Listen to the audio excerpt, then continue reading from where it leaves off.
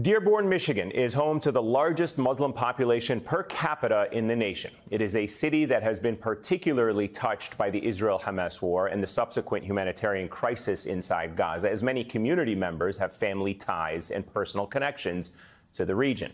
But now the mayor of Dearborn, Abdullah Hammoud, is ramping up police forces in places of worship and major city infrastructure after a scathing Wall Street Journal op-ed was published on Friday titled, "Welcome to Dearborn, America's Jihad Capital." The mayor says the article has already led to an alarming increase in bigoted and Islamophobic rhetoric online targeting the city. The piece has received widespread criticism over the last 2 days, including from Michigan State Senator Majority Whip Mallory McMorrow, who called it, quote, not only irresponsible, but downright dangerous. And that's because grossly mischaracterizing imams, politicians, pro-Palestinian protesters who live in the city, and it conflates them with organizations like Hamas and Hezbollah and a country like Iran. But it makes no mention of the more than 27,000 people, many women and children, killed inside Gaza, according to the Palestinian Health Ministry, as the reason the millions of people across the country and the world are protesting. And it comes at a time when we're seeing rising anti-Arab American and anti-Muslim sentiments throughout the country. Let's not forget, back in October, a 6-year-old Palestinian boy, Wadih al-Fayoum, was stabbed to death by his landlord in an alleged anti-Muslim hate crime. In November, a former Obama official was arrested after he was recorded taunting a New York City food vendor with Islamophobic insults. He has since reached a plea deal on hate crime charges. In November, a man was arrested after shooting 3 Palestinian students in Vermont simply because they were speaking Arabic with a mix of English. 2 were wearing keffiyehs, a traditional Arab headdress. One of the students, Hisham Awarthani, was left paralyzed from the chest down. Local and federal authorities are still investigating the motive in that crime, but it goes without saying then that the kind of rhetoric we see in the Wall Street Journal leads to real-life, threatening consequences that President Biden has acknowledged is a danger in a post on X, saying in part, Americans know that blaming a group of people based on the words of a small few is wrong.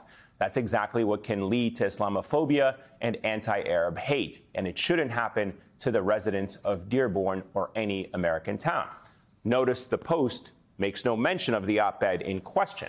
The president's support among Arab Americans has taken a drastic turn recently, falling to a whopping 17%, down from 59% in 2020. His numbers are also dropping in Michigan, where recent polls have placed Donald Trump in the lead. And this past week, President Biden may have been hoping to turn things around with a visit to this state. Instead, a tense scene unfolded at UAW event in Warren when a group of pro-Palestinian protesters tried to confront him over his administration's support for Israel's ongoing war in Gaza. Biden campaign had planned to meet with several Arab American leaders while in Michigan, but several of them, including Dearborn's mayor Abdullah Hammoud, declined that invitation. Mayor Hammoud joins us now to discuss this and more. Mayor Hammoud, thank you so much for joining us. It's a pleasure to have you on the show. I'll start with the Wall Street Journal op-ed. You've called it racist, bigoted, and Islamophobic, and I listed out just a few examples of the kind of ramifications a piece like this can lead to in our country. But talk to us through what you're hearing on the ground from your constituents, how it's landing in the community, and what made you make the decision to increase the police presence at around community centers, places of worship, and elsewhere. Foremost, thank you so much for having me.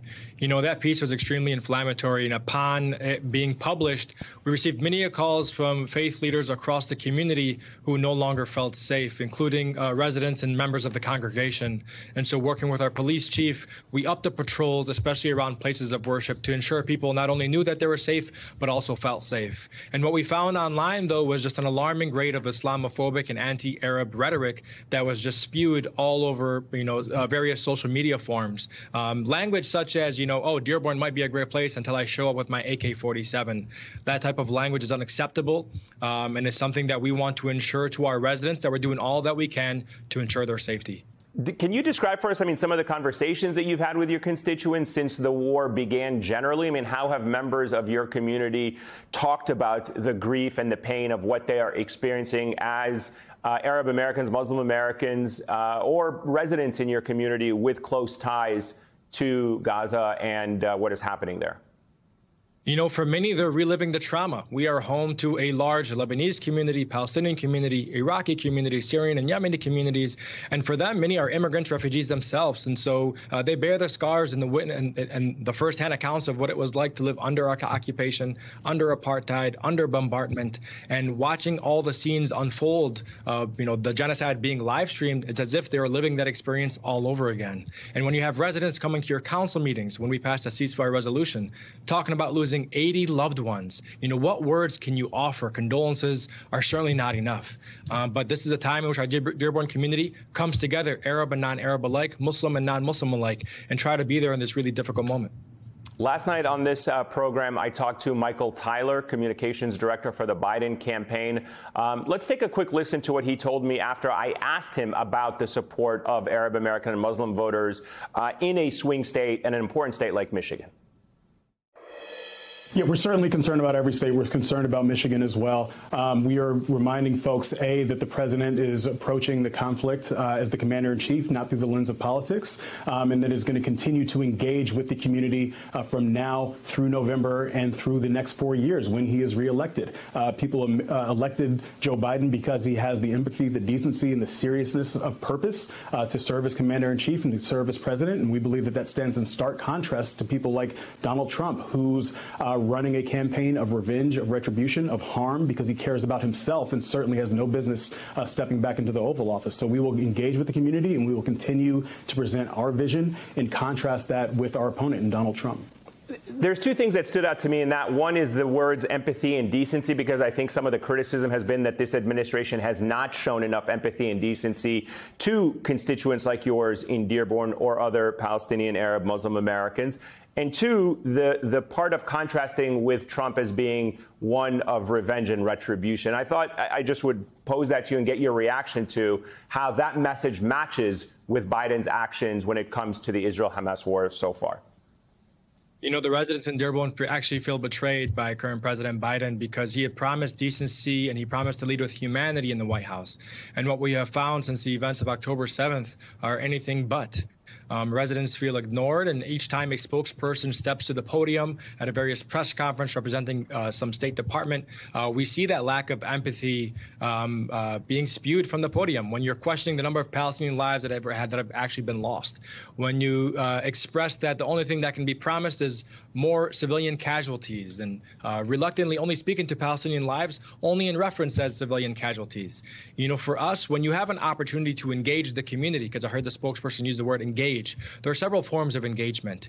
To only send a campaign manager as the first form of engagement as your delegation to the city of Dearborn to speak with the Arab community or the Muslim community is a complete slap in the face. For us, this isn't a moment for electoral politics. This is a moment for us to put humanity at the forefront, to talk about the context of Palestinians outside the context of just poll numbers. We look forward to having serious dialogue with decision makers and policymakers about how to change course. Because if you want to draw a contrast with Donald Trump, you have to talk about what makes you different as it pertains to our family members and our friends overseas who are currently dying each and every single day. Over 80% of Gaza has been decimated, 100% of the people have been displaced, and over 50% of all those who have been killed are children. So talk to us about what changes tomorrow. If you had a chance to speak to President Biden directly, what would you say to him? I think immediately I would say that is always time to do the right thing. And the right thing in this moment of time calls for a ceasefire unequivocally. That is what is needed. We talked about also putting back forth the funding for UNRWA, which is helping assure that 2.2 million people don't die of famine. These are just some of the talking points, but to implore the president, as somebody who promised us decency and humanity in the White House, to search his soul, to listen to heed the concerns of Americans, not just Arab Americans and Muslim Americans, but Americans from coast to coast, about ushering diplomatic efforts and moving us forward as a nation. As you've probably heard, and certainly there have been these voices out there critical of how Arab Americans or Muslim Americans might vote. And they say if Donald Trump does, in fact, beat Joe Biden in a state like Michigan, that Arabs and Muslims would be blamed for that. I want to give you a chance to respond to that criticism. I know that you were saying it's not right to look at things through electoral politics, but the electoral conversation, the political conversation is happening as a tool against the community right now. You know, I've never lived in a world where you point at the voters and blame them if the candidate does not win. The candidate needs to self-reflect and look in the mirror, in this case, be it President Biden. The question has to fall squarely on him. What will he do to demonstrate, to rebuild that trust and respect amongst Arab Americans, Muslim Americans, and Democrats across the base, over 80% who support a ceasefire? What will he do to prevent the unraveling of our American democracy, which is the threat that Donald Trump poses? So those questions need to be put back onto the candidate, and no blame should ever be put on a voter or a constituent.